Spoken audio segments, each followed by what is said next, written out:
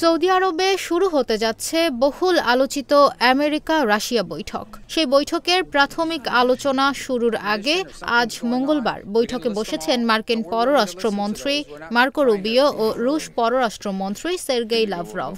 এই বৈঠকেও স্বাভাবিকভাবে রাখা হয়নি ইউক্রেনের কোনো প্রতিনিধিকে। তবে তারা ইউক্রেন ইস্যু ছাড়া আর কি নিয়ে আলোচনা করবেন তা জানা যায়নি। মার্কিন সংবাদ মাধ্যম সিএনএন বলছে, আজ মঙ্গলবারের এই আলোচনা ইউক্রেন রাশিয়া শান্তি চুক্তি নিয়ে না হলেও এটি সেই পথ তৈরি করে দেবে বলেই জানিয়েছে আমেরিকা ও রাশিয়া। রাশিয়া বলছে, আমেরিকার সঙ্গে সম্পর্ক স্বাভাবিক করতে প্রাথমিক আলোচনা হবে আজকের বৈঠকে।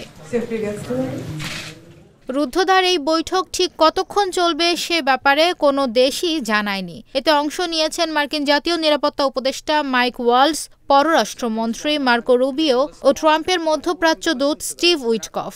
রাশিয়ার পক্ষ থেকে রয়েছেন প্রেসিডেন্ট ভ্লাদিমির পুতিনের সহযোগী ইউরি উশাকভ ও আরেক কর্মকর্তা কিরিল দিমিত্রিয়েভ।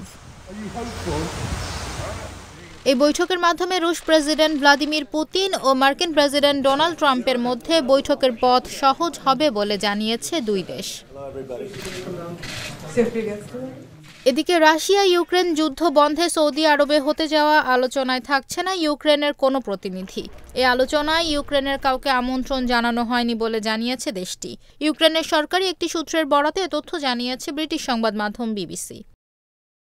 ইউক্রেন যুদ্ধ বন্ধের ক্ষেত্রে শান্তি চুক্তিতে কোনো ছাড় দেওয়া হবে না বলে জানিয়েছেন রুশ পররাষ্ট্রমন্ত্রী সের্গেই লাভরভ। সোমবার মস্কোতে এক সংবাদ সম্মেলনে এই তথ্য জানান তিনি। এ সময় তিনি বলেন, ইউক্রেন বলে যে এলাকা দাবি করা হচ্ছে এগুলো আসলে রুশদের গড়া। মার্কিন সংবাদ মাধ্যম সিএনএন বলছে, আমেরিকার মধ্যস্থতায় সৌদি আরবে রাশিয়া ও ইউক্রেনের যুদ্ধবিরতির আলোচনা অনুষ্ঠিত হবে। তাতে অংশ নিতে যাচ্ছেন মার্কিন প্রতিনিধিরা। আমেরিকা বলছে, এই শান্তি আলোচনায় রাশিয়া ও ইউক্রেন এই দুই পক্ষকেই ছাড় দিতে হবে, এদের মধ্যে সমঝোতা করতে হবে।